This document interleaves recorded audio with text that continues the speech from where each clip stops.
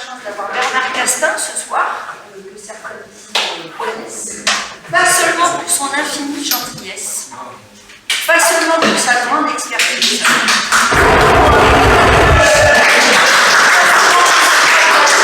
mais aussi pas seulement pour son pragmatisme, pour sa disponibilité, mais aussi parce que c'est un visionnaire.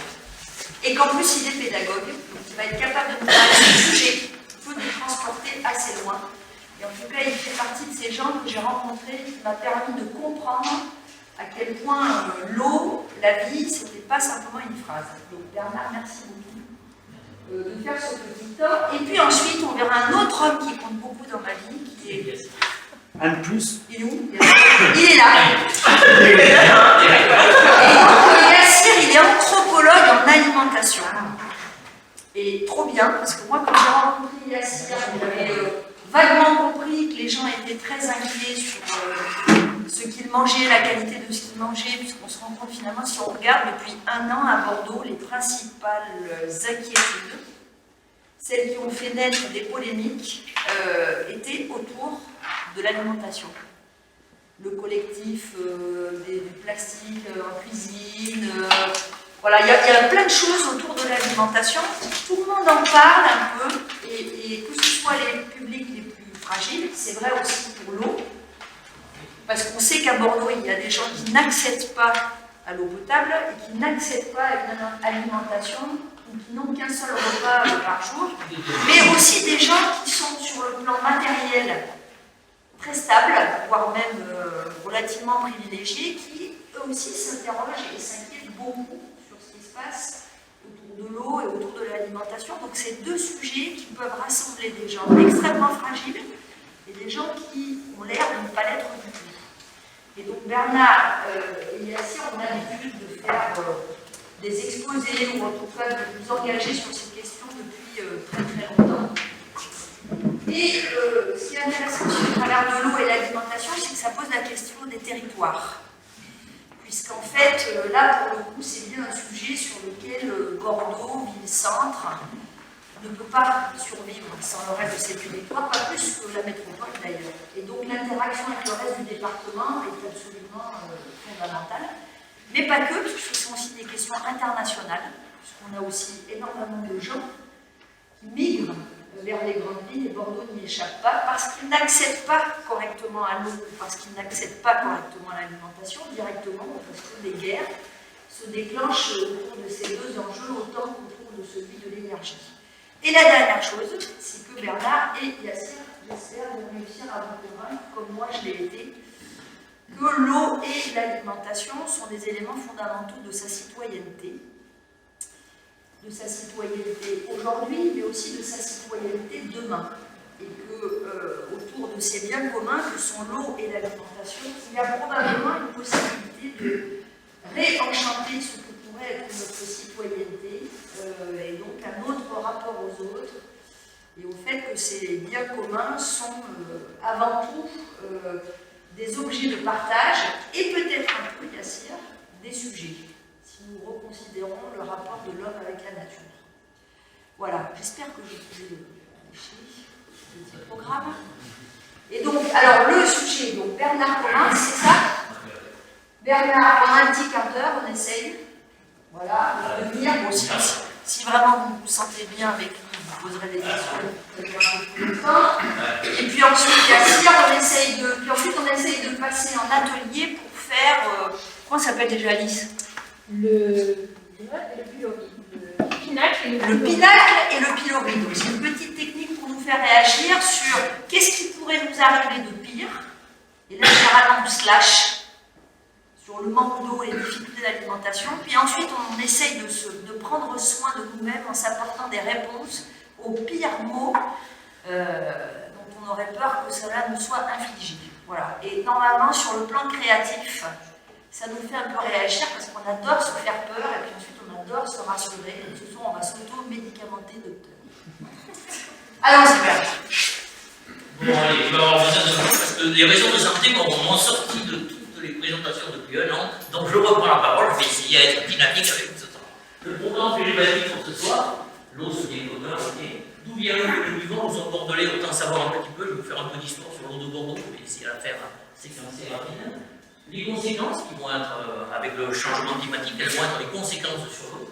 Ensuite, vous allez voir qu'on va vite aborder par rapport à ce qui va se passer dans l'avenir très proche, devoir limiter, préserver la ressource en limitant. Qu'est-ce que les actions du service de l'eau, le gestionnaire, en l'occurrence que je représente aujourd'hui, en fait, je me représente à moi, mais je suis chez Suez, qu'est-ce qu'il doit faire, quels sont les grands axes pour utiliser l'eau, pour préserver la ressource. Chacun d'entre nous, qu'est-ce qu'on peut faire.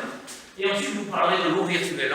C'est grâce à l'eau virtuelle qu'on va comprendre la réalité de l'eau. Le cycle de l'eau robinet, comme dans métropole, le cycle de l'eau robinet, c'est assez simple, alors là, je vais pas faire ici. Le cycle de l'eau, on prend l'eau dans les profondeurs de la terre, vous verrez, je vous parlerai des grands aquifères, je vous expliquerai ce que sont les grands aquifères sous le massif de la vitesse. On va puiser l'eau, bien sûr, dans le sol, à des grandes profondeurs. On va puiser l'eau aussi, non pas en surface, on n'est pas des eaux de surface, on est des résurgences de ces grands aquifères qui arrivent à des fissures géologiques. Ensuite, une fois qu'on l'a pompé, on met en réseau, on libre dans le réseau, on remplit des châteaux d'eau qu'il faut appeler réservoirs pour comprendre la situation. C'est-à-dire qu'aujourd'hui, pour répondre aux 3 pics de pointe de consommation dans une journée, il faut avoir la capacité de mise en production, plus les réserves de côté, pour répondre à ces pics de pointe qui sont très faibles, qui dépassent largement la capacité de production. Donc, avant, on met ces châteaux d'eau. Ensuite, le non potable arrive dans la vitesse. On la consomme et on va dire clairement pour tous les usages, on va l'user. Et comme on l'a usé, c'est si on va là l'évacuer vers les stations de traitement des eaux usées. Voilà, les filtres sable, des charbons, des aérations, des populations, ainsi de suite. Et on va rajouter ça dans le milieu naturel. Alors, station d'épuration, attention au mot. Depuis longtemps, on appelle ça des stations d'épuration. Donc, dans l'imaginaire des gens, l'épuration égale je la rends pure, donc elle est potable et donc je bois l'eau des stations d'épuration. Non, c'est faux. Elle n'est pas pure, on l'épure dans le sens épuré, on va la nettoyer pour la rejeter dans le milieu naturel, selon des normes en vigueur en France, et de mettre quand même en fonction des milieux naturels pour qu'effectivement ils soient capables d'accepter, en fonction, il y a des capacités épuratoires de certains fleuves plus fortes que d'autres, donc les normes doivent s'adapter. Et donc là, c'est pas pur pour l'eau, c'est une qualité d'eau qui peut entrer dans le milieu naturel, mais elle n'a rien à voir avec la potabilité, c'est autre chose. Sur Bordeaux, il y a quand même une particularité, on ne peut pas voir ailleurs à Bordeaux, c'est que vous recevez sur une maison des eaux pluviales. Ces eaux pluviales, elles vont ici dans un bassin. On est vraiment sur Bordeaux, qui représente le bassin de la Grenouillère. C'est une cathédrale enterrée, c'est 65 mètres de diamètre et 25 mètres de profondeur. Et là, on va injecter, quand il y a des débits, quand il y a des petites pluies, on va injecter ce mélange d'eau usée et ce mélange d'eau pluviale dans ces bassins. Le fût central va se remplir en premier, et ensuite il va déborder. Et ensuite, qu'est-ce qu'on va faire de ce fût central? On va le réévacuer, comme ce sont les premières eaux les plus chargées, on va les réévacuer dans les eaux usées. Ça veut dire qu'à Bordeaux, aujourd'hui, on peut dire qu'on traite une partie des eaux pluviales. Vous voyez, on dépollume une partie des eaux pluviales qui sont beaucoup plus chargées en matière en suspension, donc le nombre de matière dans les eaux pluviales est bien supérieur aux eaux usées de nos toilettes, parce que les eaux pluviales, c'est l'eau qui va lessiver nos toits, mais c'est l'eau qui va lessiver aussi les chaussées. Donc vous imaginez tout ce que ça entraîne. Donc c'est important d'avoir un traitement qui se fait là. Il est où ce bassin? Le bassin, il est Rémy Nord, là on passe le tramway, on va dire, elle est quasiment un peu avant l'entrée de la clinique Bordeaux-Nord. Il y en a un à Il y en a un à la sortie qui se crée effectivement, mais celui-là c'était le schéma de la Grenouillère, parce qu'après Alexandra, il faut qu'elle me donne 3 quarts d'heure, je peux faire avant. Et voilà, et donc après, effectivement, on a des bassins de retenue des eaux de pluie. Il faut lutter aussi. À Bordeaux, Bordeaux, la métropole est un amphithéâtre. Il faut protéger Bordeaux des inondations.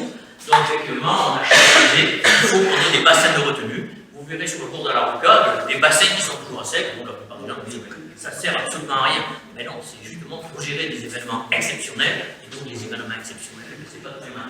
Souvent je dis aux gens, si vous avez un incendie devant chez vous, il n'a peut-être pas servi depuis 30 ans, mais il est passé à la servir tous les jours. Par contre, le jour où la maison brûle, peut-être c'est pas qui marche. Donc, bassin d'étalement. Et bien sûr, nous sommes sur Bordeaux Métropole. Nous avons le centre de pilotage et des contrôles qui surveille l'ensemble des installations de Bordeaux Métropole en eau potable, et nous avons la même chose en CES en assainissement. L'année 2018, pour vous donner un reviendra sur le chiffre, c'est 43 millions de mètres cubes qui sont consommés par les citoyens de Bordeaux Métropole. Alors, je ne vais pas parler de on va rester. Voilà. Alors, un peu d'histoire aussi vite fait, on s'aperçoit, enfin, le fil que je refaisais, c'est que depuis la nuit des temps, on va dire, depuis le début de notre millénaire, on est toujours en quête de ressources en eau supplémentaires. On est toujours en quête de nouvelles eaux parce qu'on va consommer plus. Je pense qu'aujourd'hui, on risque d'inverser la courbe et qu'il va falloir peut-être pas aller rechercher tant que ça des nouvelles ressources, mais faire attention à nos ressources. On va y revenir.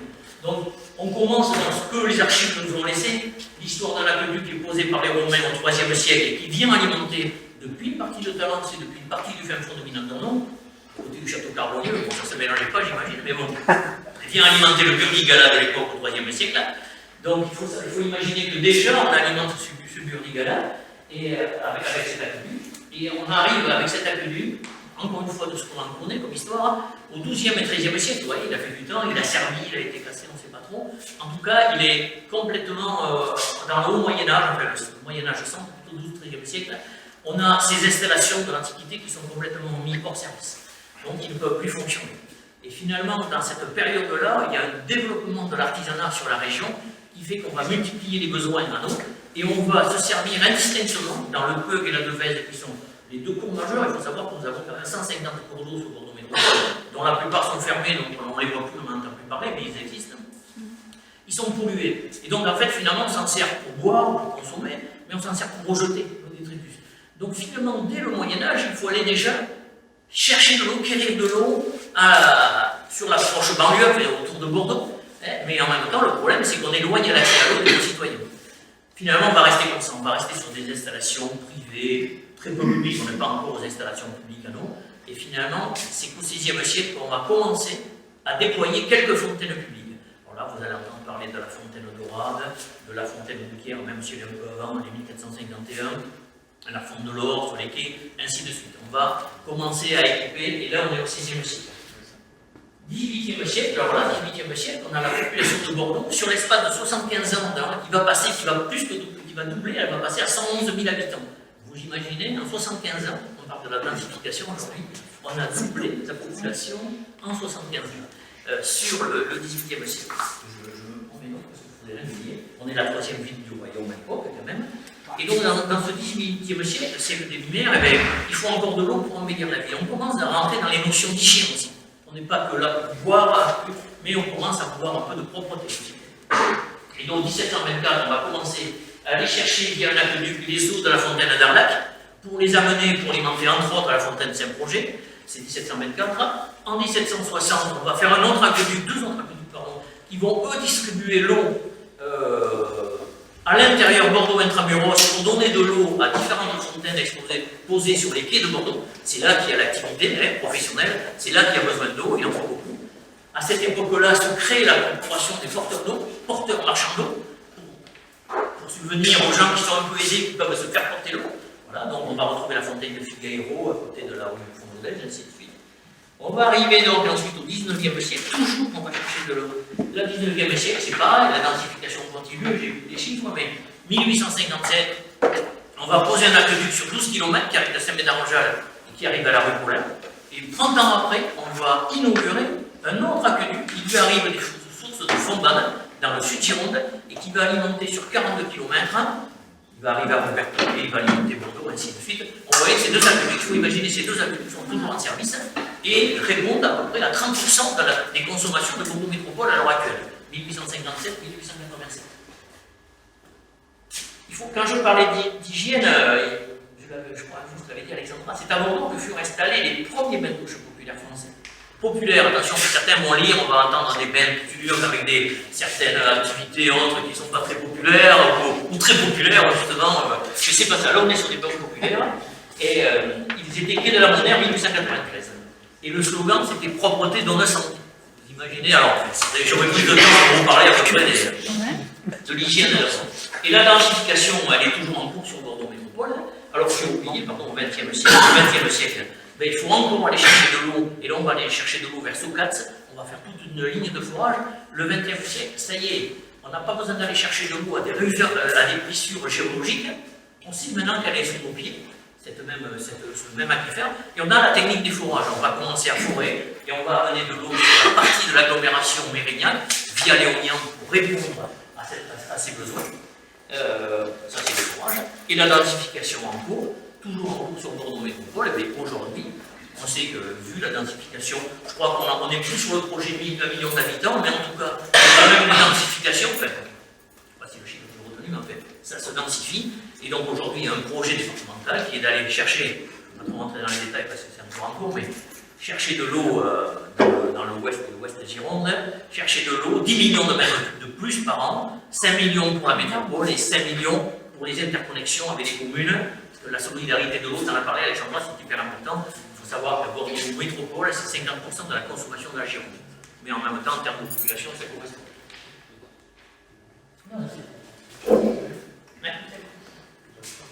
Les différents aquifères, je vous ai parlé des aquifères. Alors ça, c'est un schéma, on n'est pas sur des miroirs. Les aquifères, ce sont des formations géologiques qui vont se remplir d'eau et qui alimentent les 4 grands aquifères voilà, les 4 grands aquifères de Bordeaux métropole qui dépassent bien nos départements, hein, vous allez voir, le Miocène, l'Oligocène, l'Éocène et le Crétacé. Le Crétacé, on va l'oublier, il y a un seul forage, on ne s'en sert pas, c'est trop minéralisé. On a 75%, on va dire, de notre capacité stratégique de pompage qui est sur le Miocène et l'Oligocène, et 25% à peu près qui est sur l'Éocène. Alors, ces grands aquifères, c'est tous les aquifères de couleur marron, de couleur rose, ainsi de suite. Vous imaginez donc ces formations géologiques. Alors souvent, on s'amuse à dire, vous pourrez imaginer une pile de 3 assiettes à soupe qui se sont créées et qui ont durci au fur et à mesure des millions d'années, et se sont remplies d'eau, donc elles sont poreuses, elles sont fissurées, qui permettent de circuler l'eau, hein, sauf que nos petites assiettes à soupe, elles ont un petit bord sur le massif central et l'autre bord sur l'océan. On est vraiment aujourd'hui, tu parlais des territoires, on va même dépasser des territoires nationaux. Voilà, l'eau elle arrive de très loin, et donc aujourd'hui, d'ailleurs je regardais aujourd'hui une publicité le site des eaux d'Abbati, on en a parlé. Voilà. Les abbaties, ils sont tout simplement sur les Hauts-Seine. Eux, ils sont à 472 mètres de profondeur.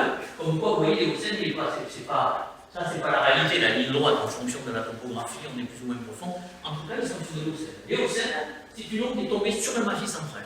Une goutte d'eau met 300 ans à arriver ici. Donc, c'est l'eau de Cro-Magnon. Aujourd'hui, l'eau de pluie de Cro-Magnon, on la boit au robinet pour une partie des Bordelais, pour une partie beaucoup de la rive droite, hein, Lormont, Senon, Bouillac, et eux, même Bouillac, Senon, ils ne boivent que l'eau de l'océan. Donc, on est vraiment sur une qualité d'eau quasi fossile. Donc, quand j'entends dire que je ne bois pas le robinet, elle est pas bonne là, il faut qu'on en parle, c'est pas sérieux, parce que l'empreinte écologique de l'eau du robinet, elle est quasi nulle. Et ça, c'est super important. Alors après, on pourra dire, il y a du chlore, mais oui, du chlore, parce qu'une obligation d'un distributeur d'eau, c'est non pas qu'elle soit potable au point de départ, c'est qu'elle soit potable chez vous. Et donc pendant son transport, on va rajouter 2 gouttes de chlore pour 1000 litres d'eau. Vous voyez, c'est énorme. Hein, il y en a qui se brûlent l'estomac, en disant que même le lait est rompu. 2 gouttes pour 1000 litres, je ne sais pas quoi. Bon, en tout cas, ça va comme elle a cette capacité de tenir dans le temps, je cherche le mot. Et donc le chlore va permettre à l'eau de se défendre en cas d'attaque. Et c'est pour ça que des fois, quand l'eau n'a pas été attaquée de l'autre dans son parcours, on va sentir le chlore, parce que finalement, le chlore, il n'a pas qu'à travailler. Donc il est entier, vous en prenez un peu plein les dents. Voilà. Mais finalement, c'est bon signe. D'ailleurs, les Américains, vous voyez là, depuis 50 ans, ils ne boiront pas sur les bateaux de croisière. D'ailleurs, il faut qu'ils rechlorent énormément. Il faut que ça sente le chlore. Ils ne boivent pas. Excuse-moi, tout à l'heure, tu as dit qu'il fallait 300 ans pour descendre du massif central jusqu'à Bordeaux. Et tu nous as envoyé l'homme de Cro-Magnon. Oui, mais alors, non, mais tu as raison. C'est 40 000 à 15 000 ans de l'eau de Cro-Magnon, alors que eux, quand je fais le calcul, effectivement, j'ai fait 75 ans. Donc c'est plutôt, c'est 40 000 à 15 000 ans. On est d'accord. Mais c'est leur campagne, je ne fais que répéter ce que j'ai vu sur le site des abbaties. Mais effectivement, ils sont plus loin que Cro-Magnon. Bien vu. On a on rigole pas. Voilà. Bon, la qualité de l'eau du robinet, alors moi je ne suis pas là pour représenter Suez, je ne suis pas là pour valoriser. Souvent je dis aux gens, attention, bien sûr que je vais valoriser le travail qu'on fait, mais déjà on a des aquifères, on a une qualité d'eau très très bonne. Par exemple, si vous êtes un breton, on ne boit que l'eau de surface en Bretagne, avec tout ce que ça comporte. Et les eaux, elles n'ont pas la même fraîcheur, elles n'ont pas la même qualité. Déjà nous ici, sur la Vienne, à quoi c'est l'eau, c'est terre d'eau. Mais c'est pas pour autant qu'on en a toujours. En tout cas, voilà, je ne vais pas rentrer dans les détails, on a des résultats qui sont. On est dans les virgules et qui sont depuis des années. Les 4 années avant, c'est pareil, c'est bon. Alors, ceux qui sont étonnés de la 23 communes, oui, bien sûr, on ne gère que l'eau de 23 communes et non pas des 28, puisqu'il y a des communes qui sont vraiment bien gérées à part, puisqu'il y en a en métropole, et les 4 autres communes sont gérées par le syndicat de Clermont. Alors, quelques chiffres aussi, on était toujours là, j'étais sur l'eau du robinet. On passe à autre chose. Des prélèvements en Nouvelle-Aquitaine. Rapport, alors là, c'est pas spécialiste du GIEC, Hervé Le Treut et compagnie, rapport à Climatera. 15 milliards de mètres cubes d'eau douce prélevés en 2015. Alors on regarde les chiffres maintenant. Qu'est-ce que j'ai dit? Non, pardon, 15 milliards. Et quand on prend déjà de l'agriculture, on voit bien que l'agriculture, c'est le potable industriel seul. Mais l'agriculture, on va voir comment c'est un peu plus à dire. Voilà. J'aime bien être un peu taquin, les agriculteurs ne consomment pas d'eau. Moi, ils consomment zéro. Nous, on consomme de l'eau. Vous allez voir comment. Changement climatique, ressources en eau. Toujours pareil, le rapport de Le Treut. Donc, on voit déjà les conséquences, les étiages. Alors, qu'est-ce que c'est qu'un étiage? Je ne sais pas si vous voulez. On ne peut pas. J'aime pas. Bon, l'eau, je vais y revenir. Alors, 3 points, au moins 3 points, c'est quelque chose. Si t'atteins quelque chose, je leur rapporte de Le Treut, donc je n'allais pas le faire. Mais moi, je ne suis pas capable. L'étiage. L'étiage, c'est le niveau moyen annuel d'un cours d'eau. On voit bien qu'aujourd'hui, mais depuis maintenant 25 ans, l'étiage de la Garonne, comme d'autres cours, ils baissent de plus en plus. Ils sont plus sévères, donc l'eau baisse, le niveau d'étiage, le niveau le plus bas moyen de l'année, il baisse de plus en plus, et il dure de plus en plus longtemps. Donc on perturbe le cycle hydrologique. Effectivement, quand on ne peut pas, particulièrement dans l'agriculture, pomper dans les fleuves, on remet en route nos forages de l'éocène. Malheureusement, nous avons dans les Landes des forages qui vont sur l'éocène, cette eau quasi fossile. Mais en même temps, on lavait les rues à l'éocène, on lavait les égouts à l'éocène, et il y a encore. 20 en 40%, c'est pour par exemple des étiages fluo. Alors on pourrait dire qu'ils sont peut-être longs, mais il pleut beaucoup plus. Non, c'est pas vrai. Ils arrivent aussi, c'est pas redondant. Moins de 40% des rivières, et donc on surexploite les eaux souterraines. Et 3, alors ça c'est important. Alors là, je ne vais pas me rater de phrase, mais je vais essayer. Et 3, dans les rapports d'évolution du climat, il était dans les études d'alors, il était prévu une augmentation à peu près de 2 degrés de la température moyenne sur le siècle. Là, il a fait une estimation juste pour l'eau en se disant que déjà, c'est à plus 1 degré, on consomme plus 1,6% d'eau potable. Sauf qu'aujourd'hui, je ne sais pas si vous avez vu, le sud-ouest du 15 avril, il y a le directeur, le directeur de l'agence de l'eau à Garonne. L'agence de l'eau dépend du ministère du Développement durable, qui comprend donc, il y a 6 bassins hydrographiques sur l'ensemble de la métropole. Le titre est intéressant, pas de déni, il faut économiser l'eau. Il a fait un diagnostic inquiétant, je le disais tout à l'heure, n'avons pas peur des mots anxiogènes, en disant entre autres, l'intégralité du bassin à Garonne est menacée. Alors moi j'ai tenu pour beaucoup, voilà, ne vous inquiétez pas en Aquitaine, acquis, aquaterre, d'eau, machin, tout va bien. Non, finalement, ça va très mal, ça va assez mal. Je le disais tout à l'heure, plus de degrés. Aujourd'hui, il faut savoir que ce qu'on engage maintenant comme étude, elle retient plus 3,5 degrés d'augmentation moyenne des températures. Conformément d'ailleurs à la trajectoire actuelle.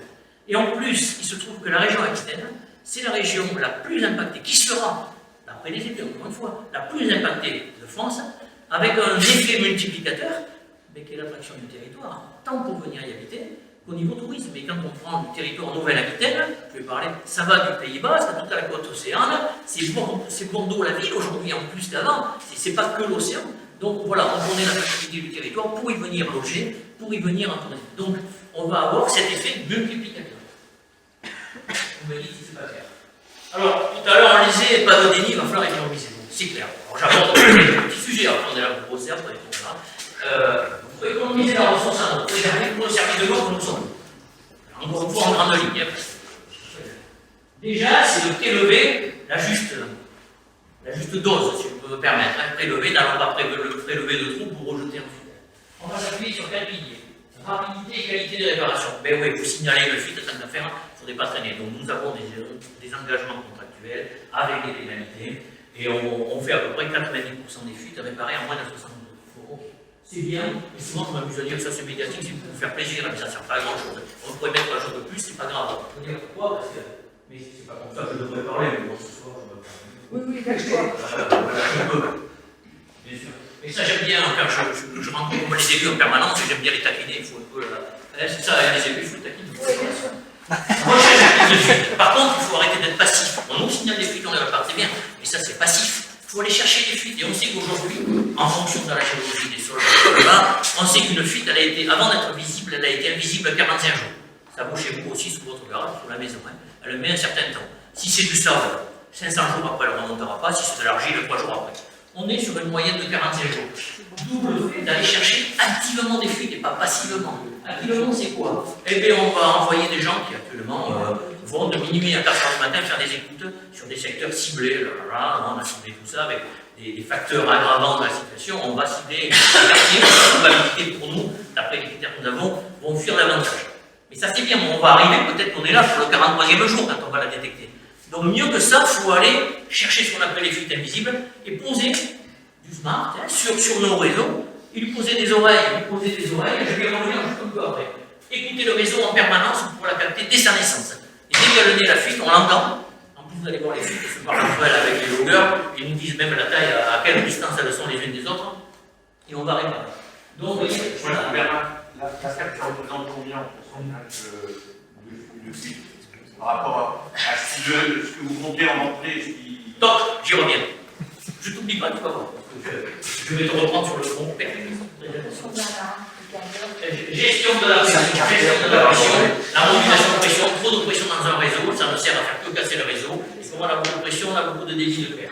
Gestion du patrimoine, bien gérer notre patrimoine pour qu'il soit le moins récent. Voilà nos rouleurs sur un quartier de Bordeaux qui vont écouter et entre eux ils vont se parler, ils vont dire moi j'entends un bruit à 10 mètres, toi tu l'entends à 90 mètres, c'est que la fuite était là, on n'a plus qu'à venir tracer et on fait intervenir. Voilà, ça c'est le côté actif. C'est le côté actif. Pour chacun d'entre nous, nous on peut faire aussi des choses en tant que citoyens. Donc chacun d'entre nous, les gestes économes on a chez soi. Je remplis ma thermale d'eau, et je ferme l'eau de robinet, je prends plutôt une douche, plutôt comme 80 litres au lieu de 200 litres. Je récupère les eaux de pluie, et ainsi de suite. Je passe dans mon laisser. Il faut signaler les fuites, nous sommes des citoyens, mais nous, nous réunissons aujourd'hui un rendez-vous des citoyens, on signale les fuites, je vois une fuite, je la signale. Il ne faut pas faire le reste non signalé pendant longtemps. Et ensuite, pour moi, c'est le point important, c'est là où je avoir conscience de l'empreinte d'eau des produits que l'on consomme. Et finalement, l'eau du robinet, je vais vous montrer qu'on mange plus d'eau qu'on en boit. Ici, alors, il y a les papiers, si vous voulez bien, vous les distribuer, mais ou après, parce qu'en fait, j'ai fait un extrait d'un grand document que j'ai fait des études avec quelqu'un. Je vais aborder l'eau virtuelle. Et en fait, c'est pour ça que je disais, les agriculteurs, c'est pas eux qui consomment, entre guillemets. S'ils plantent des patates, c'est nous qui mangeons les patates. C'est nous qui mangeons l'eau des patates, d'accord? Et donc, ne l'attribuons pas à l'agriculteur, il a ses responsabilités. Et donc, voilà quelques exemples. Je ne vais pas vous faire le texte. On voit par exemple que 25 litres, 250 litres pour créer 1 kg de patates. Alors là, c'est la plaque de chocolat. Alors, la plaque de chocolat, s'il y a des gens qui sont. C'était tellement fort le chiffre que j'ai sorti, je me dis, mais Bernard, je ne sais plus compter. Il y a un chocolat, voilà, j'ai sorti un truc, vous allez voir. C'est des œufs de Pâques, à ce moment-là, je me suis dit, allez voir, on fait 16 000 tonnes de chocolat par an. Et c'est rien, à Noël, on en fait 35 000 tonnes de chocolat en France. 2400 litres, 24 000 litres pour faire 1 kilo.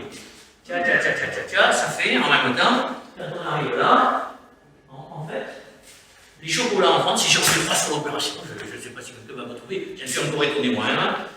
Le chocolat, ça représente l'industrie et l'énergie. Ça représente 20% de l'eau d'Aquitaine. Ça veut dire que les 16 000 tonnes de chocolat fabriqués en France ont besoin d'eau pour la fabrication. Alors cette eau ne disparaît pas de la planète, mais elle va changer d'état. Elle va passer d'eau douce à eau usée, eau sale, eau salée, puisqu'elle va rejoindre la mer. En tout cas, 16 000 tonnes pour fabriquer les œufs pour le chocolat. Mais bon, on ne le mettra pas dans les actions d'amélioration après, on va quand même faire du chocolat. Voilà ce que ça représente. J'en suis Alors finalement, c'est là où je voulais en venir, c'est qu'avant de parler d'eau et de se dire qu'est-ce que je peux faire, soyons bien conscients, c'était le thème, de qu'est-ce que c'est l'eau que je consomme aujourd'hui. Finalement, donc moi je dis l'eau du robinet, plus l'eau virtuelle, c'est là notre réelle consommation. Et grâce au virtuel, on va comprendre le réel. Combien consommez-vous de litres d'eau par jour? Allez, vite fait. Par personne. Mais si on boit l'eau du robinet, on va consommer plus que celui. Combien de litres tu bois? 100 litres. 100 litres. 100 litres. Non, combien on consomme? Non, excusez-moi. Combien on consomme d'eau du robinet par boire? Non, consommer. Pardon, Pardon, ouais. La douche, les toilettes, 200.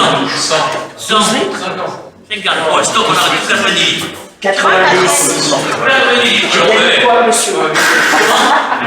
Très bien. Un abonnement gratos à Suez. 90 litres, ça dépend des régions que moi j'ai fait.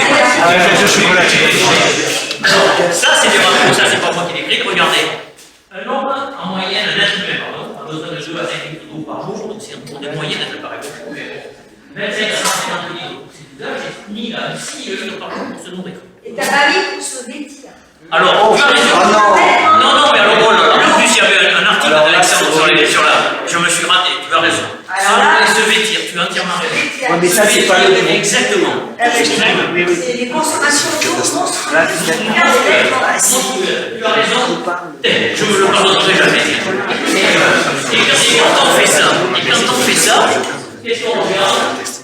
On arrive non plus à 80 litres, on arrive à non plus à 33 000 par an, on arrive à 1 95 000, 1 million de litres d'eau.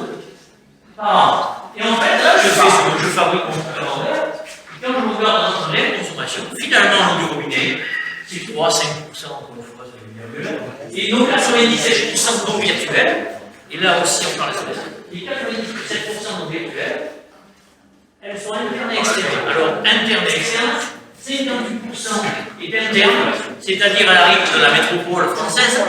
Par contre, 40% viennent d'autres pays. Je vous donne un exemple, j'invite à lire le livre d'Éric Orsena, qui est l'avenir de l'eau, que j'ai lu plusieurs fois. D'abord, de l'eau virtuelle, et il fait le tour du monde des problématiques de l'eau, politique, géopolitique, et là, vous apercevez qu'aujourd'hui, en France, et c'est là, je pense, pour les ateliers, on prend de l'eau. Par exemple, je vais prendre un exemple au Maroc.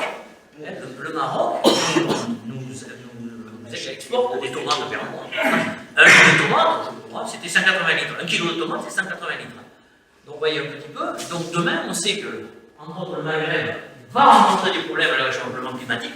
On peut imaginer que ces flux vont changer. Je prends par exemple le Japon, qui est un fort pays importateur, en particulier depuis le Brésil, fait vraiment une pression sur ses capacités hydriques au Brésil, qui est très forte, puisque le Japon, 65% de son eau, de son empreinte d'eau, elle est extérieure au Japon, et particulièrement du Brésil. Et donc on peut dire que le Japon aujourd'hui met une pression très forte sur la ressource hydrique du Brésil et participe activement à sa déforestation. Donc vous imaginez que demain, ça aussi, c'est 40%, c'est la réalité, hein, ces flux-là vont s'inverser. Il y a des pays qui vont dire, mais attends, on ne bouge pas, il faut changer. Alors voilà, il y a plein de réflexions, l'agriculture devra s'adapter. N'allons pas planter. Alors beaucoup disent le maïs, si vous regardez tout à l'heure, vous prenez le non, c'est pas le maïs qui bouffe le plus d'eau, il y a d'autres céréales et autres qui bouffent beaucoup plus d'eau. En tout cas, il faudra savoir adapter aussi l'agriculture en fonction du territoire, et de ne pas aller planter quelque chose qui a besoin de beaucoup d'eau dans une région qui n'en a pas assez. Voilà ce que je voulais dire. Bravo.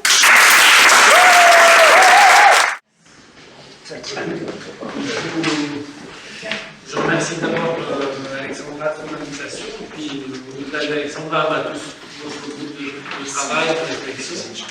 Je suis particulièrement content parce que le travail d'un chercheur en anthropologie de l'alimentation, c'est pas simplement de chercher dans son coin et de s'inquiéter tout seul, c'est aussi en anthropologie expliquer en quoi la connaissance permet d'aller au-delà de l'inquiétude, c'est-à-dire dans la prospective, et finalement imaginer comment on va pouvoir faire mieux, faute de faire plus, parce qu'aujourd'hui je pense que la vraie question, c'est pas de faire plus, c'est de faire mieux. Et on peut faire moins de viande, on peut faire, mais faisons mieux de viande, on peut, etc. Donc tout le discours, quand on vous dit moins, il faut entendre comment faire mieux, la réalité. C'est beaucoup moins oxygène de faire mieux, de relever le défi de faire mieux. Donc moi je me sens un petit peu obligé de vous donner un peu mon itinéraire pour que vous compreniez pourquoi je viens à vous, avec grand plaisir. Je ne suis pas originaire de New York, mais j'en viens, et ça se voit pas beaucoup, mais je suis d'origine bourguignonne, donc j'ai traversé un peu la France dans ma vie, et j'ai grandi avec deux idées principales qui m'ont beaucoup attaché à ce que je suis devenu. La première, c'est que en tant que Marocain made in France, en fait, je suis arrivé en France en grande section maternelle. c'est pas du stand-up, hein, c'est vraiment quelque chose qui va vous permettre de comprendre mon origine, parce que je ne suis pas monstrueux, ni un mouton à 5 pattes, je suis juste un être humain qui a cheminé, et c'est très important. Même quand. Et donc, quand on descendait d'Auxerre dans Lyon, donc d'est en ouest, et ben, pour nous, pour mes parents, dès qu'on arrivait du côté de Confolens, tout ça, ça y est, on approche la Nationale 10, le bled n'est pas loin. Et donc, c'était une région que je connaissais, mais alors, sur le bout des doigts, simplement parce que je l'ai traversée. Je l'ai toujours traversée et aujourd'hui, je vis dedans. Donc, c'est ça aussi qui est important, c'est de voir comment, des fois, ces trajectoires font de nous ce que nous sommes. Et pendant des années, mes parents étaient des gens, somme toute, modestes. Mon père était ce qu'on appelait un OS, un ouvrier spécialisé surtout à faire du fric mal payé, mais en tout cas, il était spécialisé.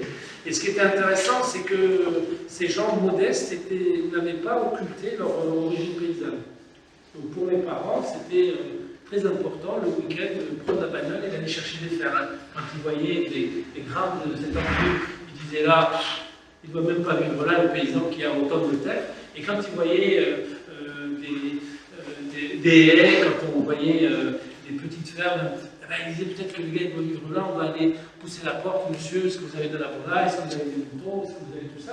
Et nous, mes parents faisaient le marché, bien avant les bobos, chez le paysan. Et le drive, c'était nous qui y allions. Et donc, c'était pas lui qui venait à nous. Donc ça, c'était important. Et mes parents, en fait, quand on descendait d'est en ouest, on vivait quelque chose d'extraordinaire. C'est que pour eux, anciens paysans, anciens agriculteurs, ils vivaient dans la paysannerie marocaine, comme beaucoup, ils avaient une lecture du paysage. Et ils voyaient, ah là là, ici c'est sûr, il y a de l'eau, mais là. Et c'était extraordinaire, dès qu'ils se mettaient en activité, à discuter, et plus on approchait du pays, plus on approchait du Maroc, et plus il y avait de l'émotion. Et ça me touchait beaucoup parce que ce que j'ai appris ensuite dans l'aménagement du territoire, ce qu'on appelait la diagonale du vide, c'était la diagonale du bled. Et moi, toute la vie, j'ai essayé de défendre que là où on voyait du vide, c'est qu'on n'était pas éduqué à voir le plein. Voilà.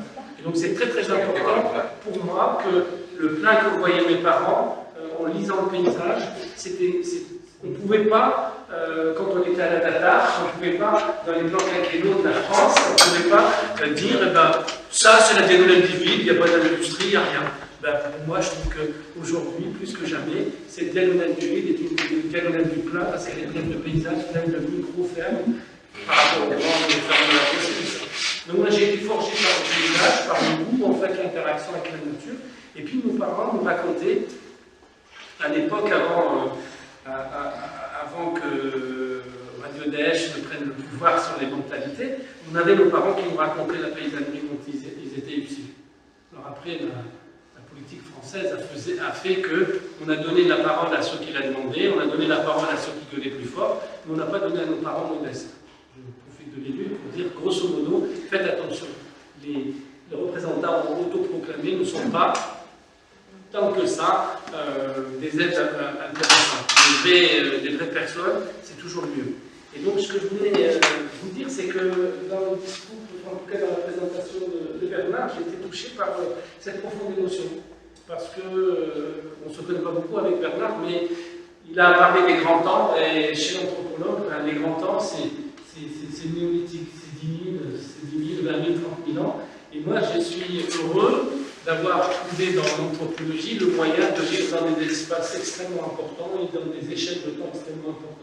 C'est ce qui a fait que j'arrive vers vous, non pas en petit maghrébin lyophilisé à qui il faut rajouter un peu d'eau pour qu'il puisse prendre de l'ampleur. Ben oui, il faut descendre au bled des fois pour se sentir très marocain. Et donc moi, je suis très content que ces disciplines m'ont permis finalement de prendre ma place, de la trouver. Et ma place, c'est d'être dans des endroits comme ici pour soutenir en quoi finalement vivre, c'est partager une expérience. Et cette expérience, on est obligé de la partager sur un territoire. Mon cheminement universitaire, ça a été d'abord d'étudier tout ce qui était interaction de nature. Le rapport de l'homme à la nature. Je ne suis pas un naturaliste, loin s'en faut, je ne suis pas un écolo non plus. Mais par contre, mais j'ai toujours été très touché par le fait que mes parents disaient que la nature leur avait apporté des choses, qu'il y avait une balade dans la forêt qui les avait apaisés, que quand ils étaient petits, c'était extraordinaire d'aller chez grand-père ou grand-mère à pied pendant 2 heures à traverser les bois et tout ça.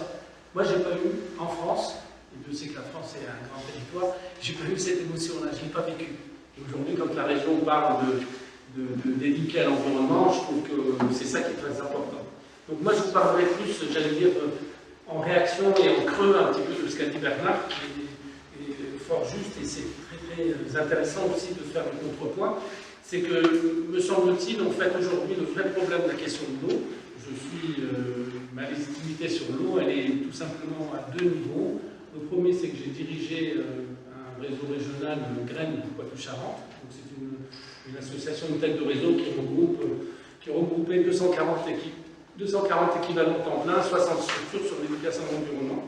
Et puis j'ai été administrateur du réseau École et Nature, qui est le réseau national de cette éducation à l'environnement. Donc je suis très attaché à cette justice qui consiste à éduquer, parce qu'on ne peut pas juger les gens qu'on n'a pas éduqués. Donc ça, c'est très important pour moi. Et donc, grâce à cette expérience, j'en suis arrivé à imaginer en tant qu'anthropologue que finalement, notre gros souci est un souci plutôt culturel. Nous devons culturaliser les enjeux. Pourquoi aujourd'hui on en est à sortir des chiffres, à expliquer attention, la maison brûle et tout ça? Moi, je veux bien. Je reçois tous ces arguments, je rencontre par exemple, c'est extraordinaire, en France, on est un pays d'expertise, un pays d'ingénieurs depuis Louis XIV, et on a enfoncé le clou avec Napoléon, on sait faire l'état d'en haut.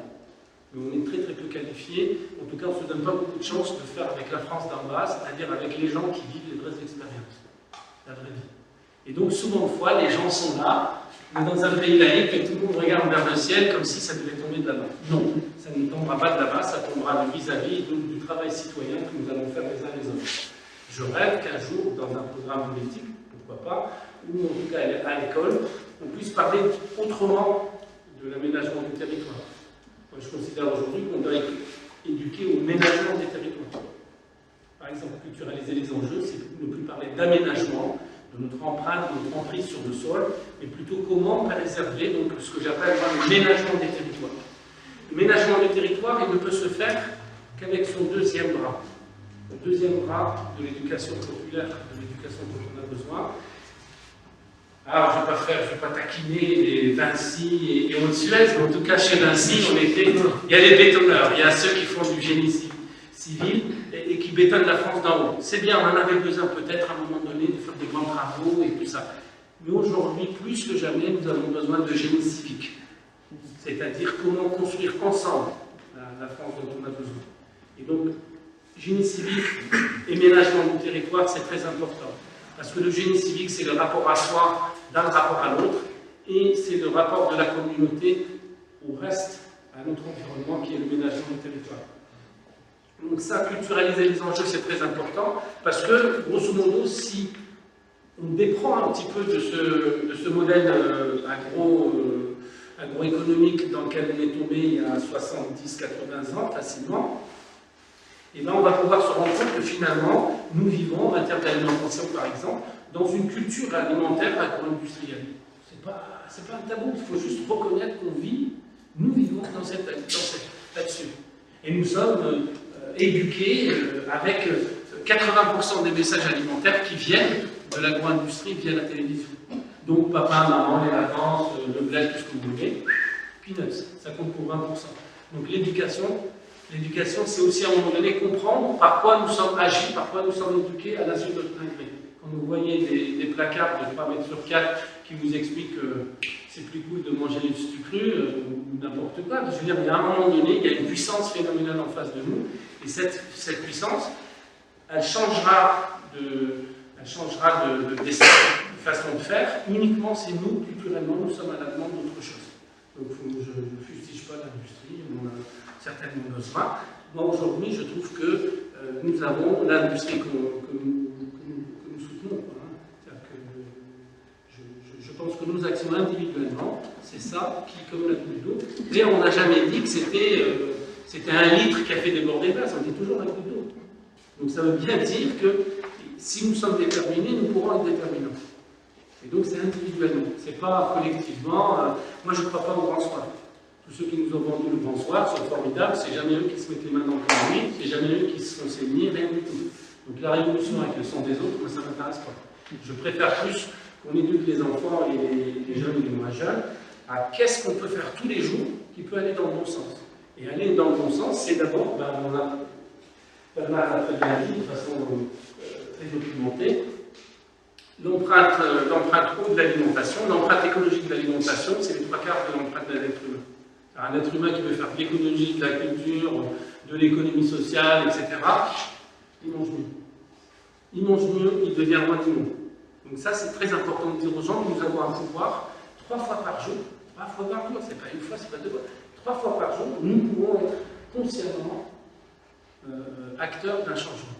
Donc ça, c'est très important. L'éducation alimentaire est quelque chose qui peut tout à fait, j'allais dire, nous apaiser en nous donnant la possibilité, en plus, c'est ce que je dis souvent en politique quand on parle d'alimentation, la politique alimentaire, c'est la seule qui se mange. Donc il faut vraiment bien la faire. En plus, en Nouvelle-Aquitaine, il suffit juste de tendre le bras pour avoir à manger. Même à Bordeaux, même si le circuit court à Bordeaux, c'est 2 heures d'ici, c'est pas grave. Je veux dire, à un moment donné, il faut arrêter de...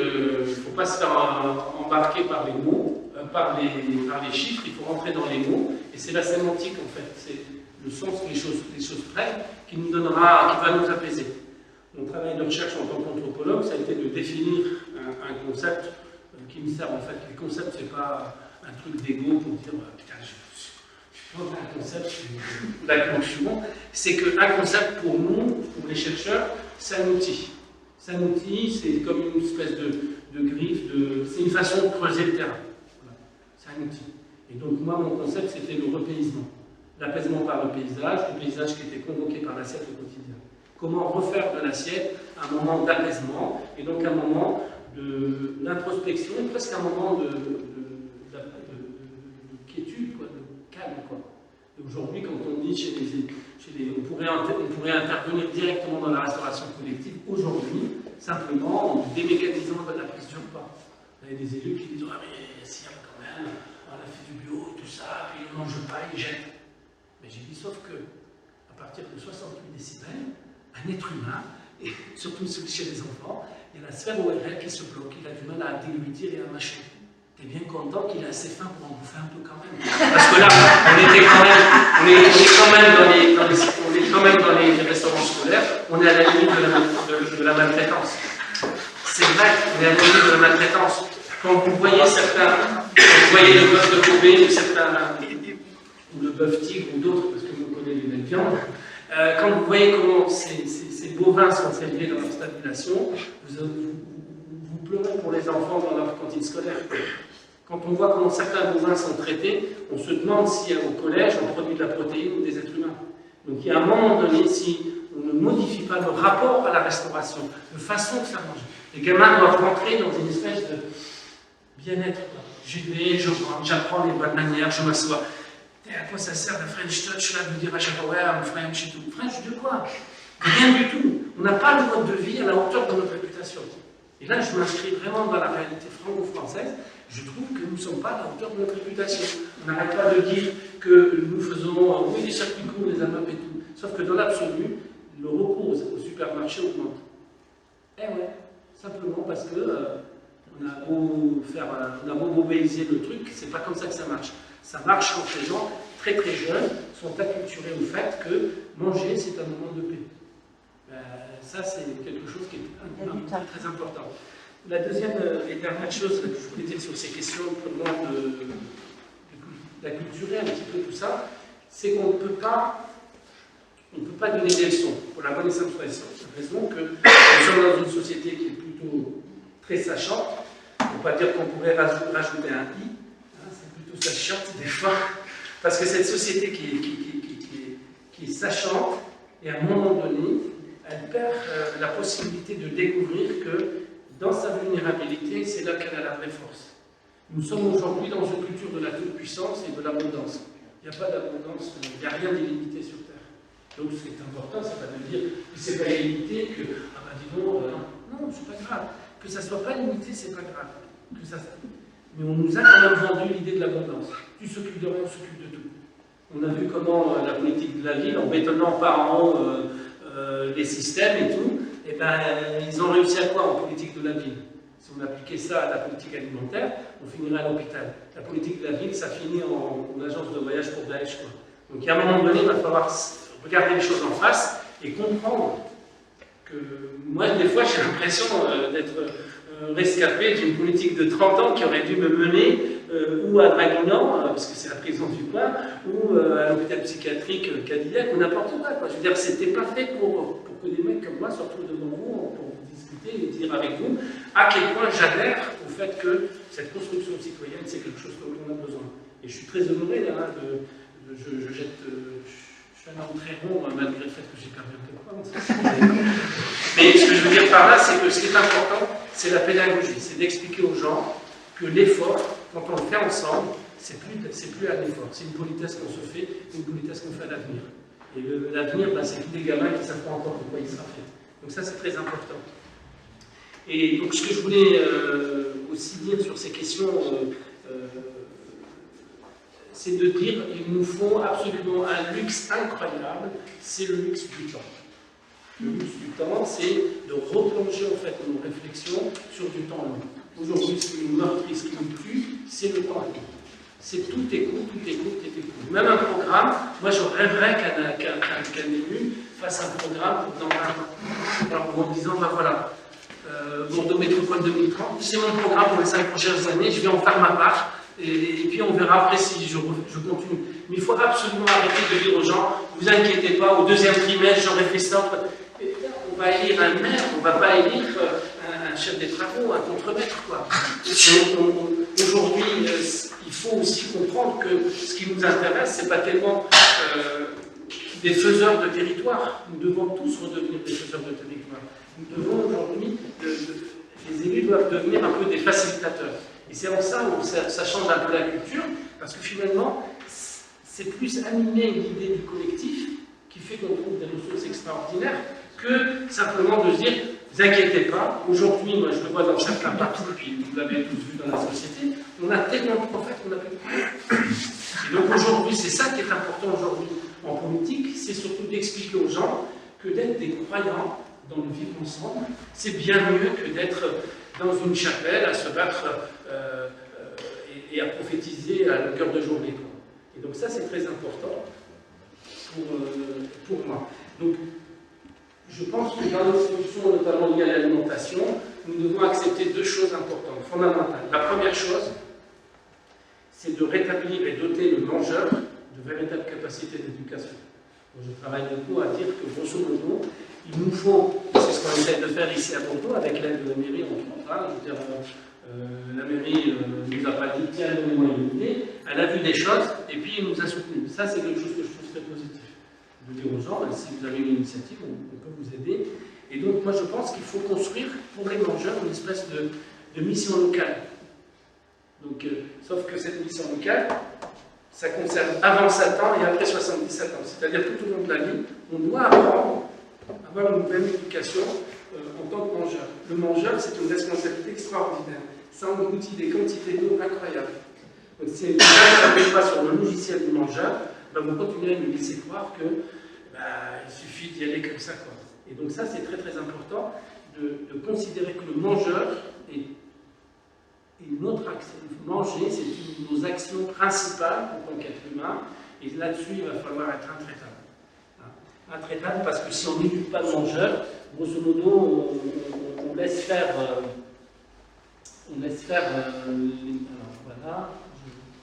voilà. Le mangeur. La deuxième chose, c'est que le mangeur, il fait des choses, mais il ne les mesure pas, il ne sait pas tout. Il faut lui donner aussi un peu d'informations. Et donc, tout à l'heure, il y avait un petit schéma sympathique avec tous les installations qui étaient connectées. Il y avait des petits trucs de... Donc ça me plaît beaucoup, parce que moi, je suis beaucoup dans ces questions de data, d'information, et c'est très important d'interconnecter tout ça. Moi, je considère, par exemple, que la restauration collective, c'est l'embryon du service public d'alimentation. C'est-à-dire qu'à un moment donné, on peut imaginer des dispositifs qui permettent finalement de refaire de l'alimentation quelque chose d'important et pas uniquement quelque chose qui est sujet au marché. Attention, je ne suis pas contre le marché. Sauf que le marché, moi, je le fais avec un panier. Je ne le fais pas avec ma carte bleue. Donc ça, c'est très important. C'est que le marché ne pense pas. C'est nous le marché. C'est chacun, quand il agit, qui manifeste quelque chose de ce qu'il a envie. Dans tout ce que nous achetons, nous achetons une part matérielle, mais en réalité, nous achetons énormément de matériel, d'immatériel. Dans un supermarché, grosso modo, même les meilleurs d'entre nous, les plus pingres et tout, même avec 2 oursins dans les poches, ils sont infoutus. Ça n'est pas fait. Un supermarché n'est pas foutu, n'est pas fait pour que vous rentriez et sortiez avec ce que vous avez décidé d'acheter avant de rentrer. C'est pas possible. C'est une souricière cognitive. Vous ne pouvez pas rentrer et dire moi je suis trop fort, je vais rentrer, je vais prendre juste mon boîte et m'en aller. Non. Quand vous entrez, c'est un casino. Vous rentrez, vous partez de toute façon. Vous ne pouvez pas gagner contre le casino. Vous ne gagnez pas sur le supermarché du tout.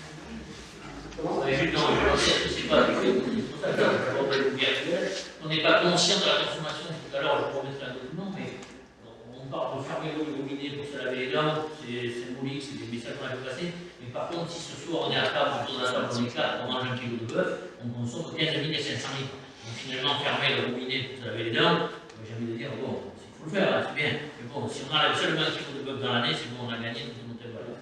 C'est pour ça qu'aujourd'hui, dans l'histoire, et c'est bien Bernard de parler ça, dans l'histoire, dans le temps long, si vous regardez les pharaons, vous regardez l'Empire romain, vous regardez plus près de nous, l'Andalousie, vous regardez la Renaissance, et bien à chaque fois, ce qui a fait que ça a marché, c'est juste que c'était des révolutions agronomiques. On a permis à des gens de manger.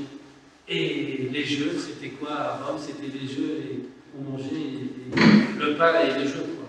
Donc c'est très très important de savoir qu'on gère plus un pays et une communauté, même urbaine, on gère plus les gens par le ventre que par la tête. La vérité, ça flatte beaucoup par la tête, mais par le ventre, c'est beaucoup plus efficace. Ce qu'on donne à manger aux gens, ce qu'on leur donne comme idée, comme perception du manger, c'est quelque chose qui est beaucoup plus structurant. D'ailleurs, il n'y a pas une religion, il n'y a pas une philosophie qui n'a pas son code alimentaire. Là, le kasher, le fait de manger chez les hindouistes dans un bol, c'est la représentation cosmogonique, la représentation du monde. Quand vous rentrez aujourd'hui dans un supermarché, vous regardez la représentation du monde. C'est quoi? C'est linéaire, on ne rentre jamais dans l'épaisseur de l'expérience. Vous rentrez dans un marché, vous êtes submergé par cette humanité, c'est ce rapport aux êtres humains qui fait qu'à un moment donné, vous allez peut-être toucher du doigt le paysage. Dans un supermarché, c'est fini, tout est en fait en papier glacé. Et encore une fois, je ne suis pas contre les supermarchés, ils peuvent changer. D'ailleurs, en ce moment, avec Amazon, ça ne va pas de leur pousser au train, donc ils vont finir par bouger quand même. Mais ce que je voulais dire par là, c'est que acculturer, culturaliser les enjeux, c'est quelque chose qui est extrêmement transversal. Aujourd'hui, nous sommes techniquement parlant dans des cultures en silo. Dans les silos, c'est bien, sauf que ça ne communique pas entre eux et ça coûte cher. Aujourd'hui, je pense que l'économie, c'est l'intelligence. Si on mise sur l'intelligence, on fera des économies. Et ce n'est pas faire des économies pour faire des économies. Alors, moi, je ne considère pas que des comptes à l'équilibre, c'est extraordinaire. Je veux dire, ça serait même incroyable qu'un État soit à l'équilibre, quoi, ou fasse des bénéfices, quoi. Imaginez, la France, elle fait 40 millions de bénéfices cette année. C'est quoi? C'est une entreprise, c'est quoi? Nous, un État, c'est forcément déficitaire. C'est forcément, ça investit sur l'avenir. Donc, c'est jamais à l'équilibre. C'est pas décontenté. On ne gère pas une volonté de vivre ensemble, qui est la définition d'un État, et une entreprise qui est la volonté de se faire du pognon ensemble. C'est pas pareil. Donc c'est ça qui est important aussi des fois, c'est de comprendre que l'équilibre, c'est en quoi? Et moi je pense que c'est d'abord l'équilibre dans notre rapport à l'être humain, à notre environnement et finalement le rapport aux autres. Donc vous allez me dire, bon, moi c'est des paroles, tout ça. Alors moi je crois que la première chose que ça nous enseigne, finalement, cette question d'intelligence collective, c'est ce que Michel Owens, enfin je suis obligé de faire des citations parce que c'est pas de moi, qui est un théoricien belge qui a beaucoup travaillé sur ce qu'on appelle le peer-to-peer. Donc pour tout dire, c'est covoiturage, c'est Blablacar, c'est tous ces trucs-là. Et donc nous on pense, enfin moi je pense dans mon petit laboratoire, parce que j'ai créé un laboratoire qui s'appelle Territoire Alimentaire et qui travaille sur ces questions de rapport au territoire et à l'alimentation, c'est de dire grosso modo, plus on apprendra, et on apprendra aux gens que faire un petit peu ensemble, c'est toujours plus économique que faire tout seul, et que finalement, par la coopération, on augmente la satisfaction de nos besoins. Ça, c'est très important. de comprendre. Aujourd'hui, on est obligé un petit peu, on se rend compte qu'on n'est pas suffisamment éduqué à la coopération. C'est beaucoup la compétition et tout ça, et moi je trouve qu'on peut éduquer les enfants en leur faisant faire les choses ensemble. Et puis, donc, le peer-to-peer, c'est-à-dire à chaque fois que c'est possible, faire en sorte d'apprendre quelque chose. C'est ce que disait Nelson Mandela. Jamais je perds. Ou je gagne, ou j'apprends. Et donc ça, c'est important. De reconsidérer que notre rapport au monde, c'est pas je gagne, je profite, je m'éclate, machin. J'écoute ça, je me dis, c'est pas possible, il s'éclate. C'est quoi, de quel étage il s'éclate?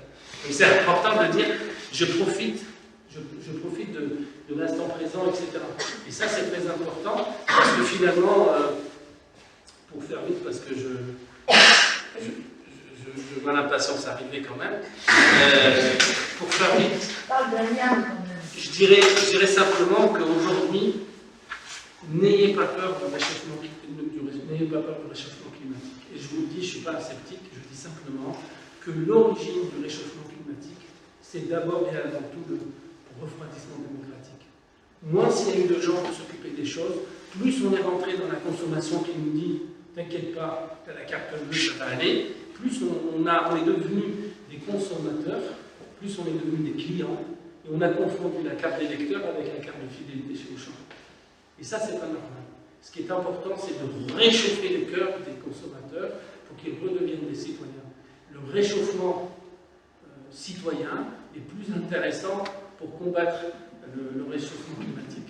Parce que le réchauffement climatique, c'est faire le constat qu'on a lâché l'affaire. Ah ben oui, on a lâché l'affaire, on a accéléré à fond, on a tout mis à fond. J'ai un ami que vous connaissez peut-être, Pablo Servigne, qui travaille beaucoup sur les questions et on va travailler ensemble sur cette idée de dire, écoute, Pablo, c'est super ton effondrement, c'est extraordinaire, c'est un film, même à Hollywood, ils ne trouveraient pas un scénariste mieux que ça pour la fin du monde. Sauf que la fin du monde n'est pas un marché. Je pense que le véritable effondrement, c'est l'effondrement humain. C'est quand les êtres humains se mettent à avoir peur de façon trop souvent, trop facile les uns des autres. C'est de voir la mondialisation sur le visage des gens et pas sur le profit des champs. Aujourd'hui, si je vous faisais la cartographie des parcelles de terre qui sont consacrées en France à aller faire du dumping dans les pays du Sud et faire la guerre pour la ressource dans ces pays-là, on aurait un peu honte, parce qu'on ferme la porte à des gens qu'on empêche de manger du pain chez eux.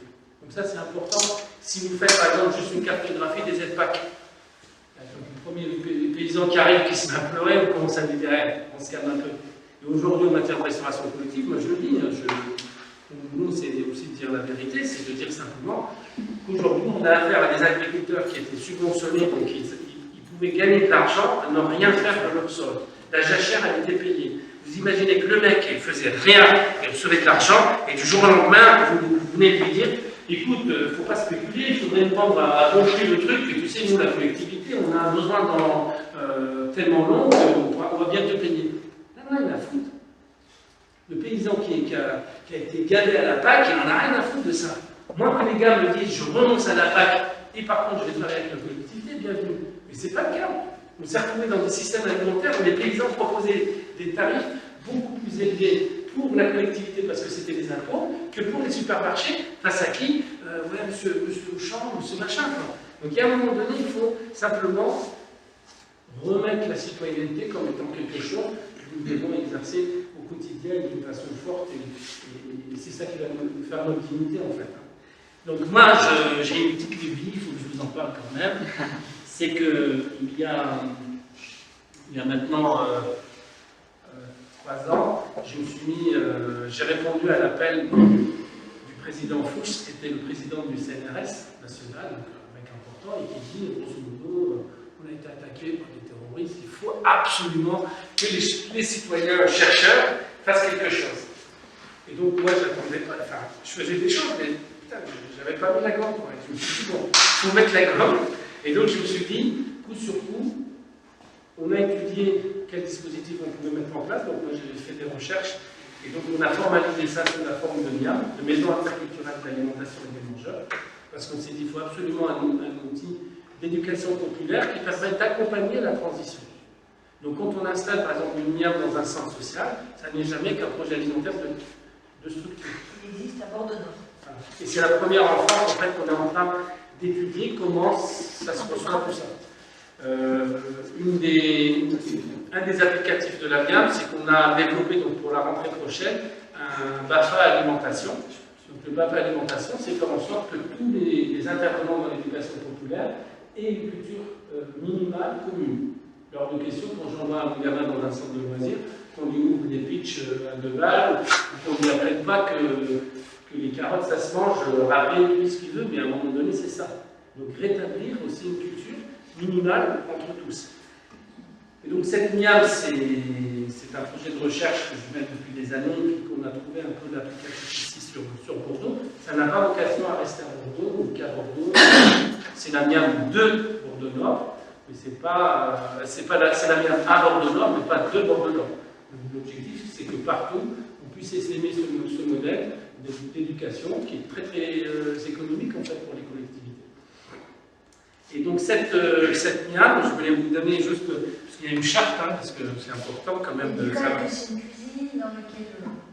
Voilà. C'est quoi? Voilà. Une miam, c'est un lieu où on fait aussi bien de l'expérimentation, où on apprend à cuisiner si on souhaite cuisiner, où on apprend à développer des stratégies collectives en matière d'achat groupé.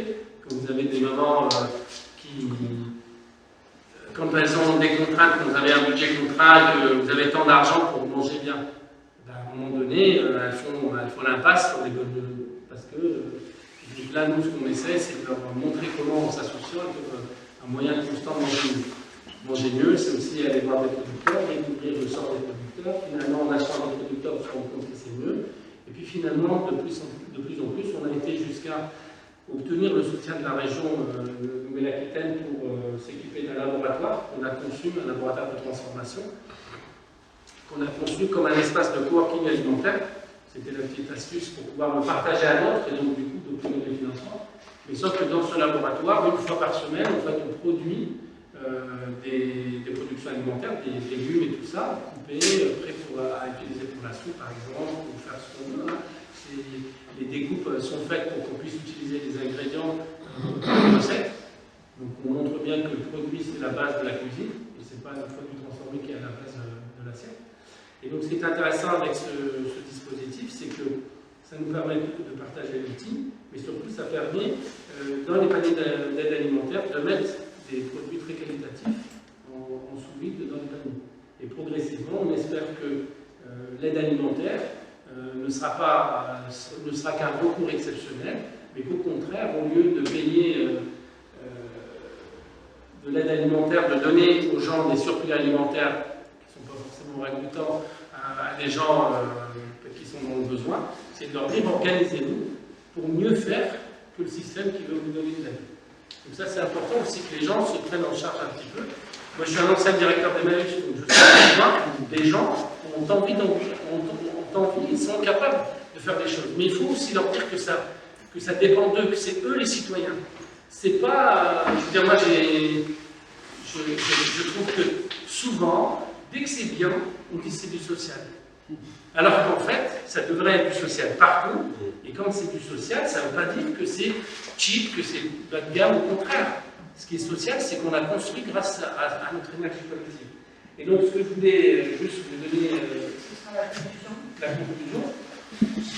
La conclusion, c'est qu'il y a 4 ans de ça, j'ai créé une organisation qui ne dit pas son nom, mais qui fait tout ce travail. C'est ma conviction profonde, c'est qu'il faut absolument pousser la France dans une démarche qualitative généralisée. Et donc moi, je me suis vraiment radicalisé et j'ai fondé il y a 4 ans l'organisation État gastronomique en France, dont l'objectif c'est de rétablir l'état de l'État, parce que l'État gastronomique c'est un État qui conserve aussi bien ce qu'on mange qui nous fait du bien, mais aussi ce que ça produit sur nous, c'est-à-dire l'apaisement et la paix avec les autres. Voilà, je vous remercie.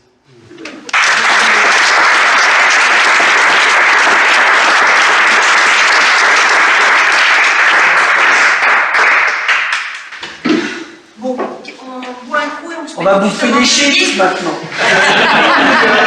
Alors, je voulais juste terminer là-dessus. Parce que souvent de fois, on me fait le procès de dire ah oui, mais alors, oh là, on va cacher les choses. Non. Non, bah, on les La mange. moitié de ce qu'on mange, alors je vous le dis, déculpabiliser tout cela, c'est vraiment. Alors, pour le coup, je ne suis plus du tout chrétien, je vous dis la vérité, mais la vérité absolue sur la nourriture, c'est que 50% de ce qu'on mange est métabolisé par la sphère des émotions. Ça veut dire qu'avec qui on mange, comment on mange, c'est aussi important que qu'est-ce qu'on mange. Donc si on mange dans de bonnes Donc, conditions, avec nous, les chiens, les il arrive choses aussi.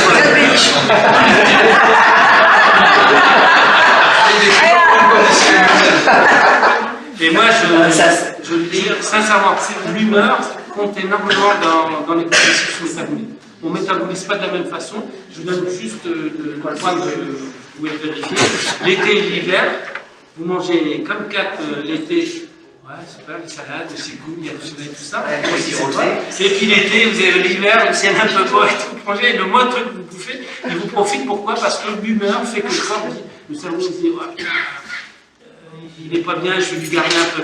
Puis l'été, hop, hop, vous avez votre poids d'été. C'est tout à fait normal d'avoir une fluctuation de à peu près 7 kg par an. Attends,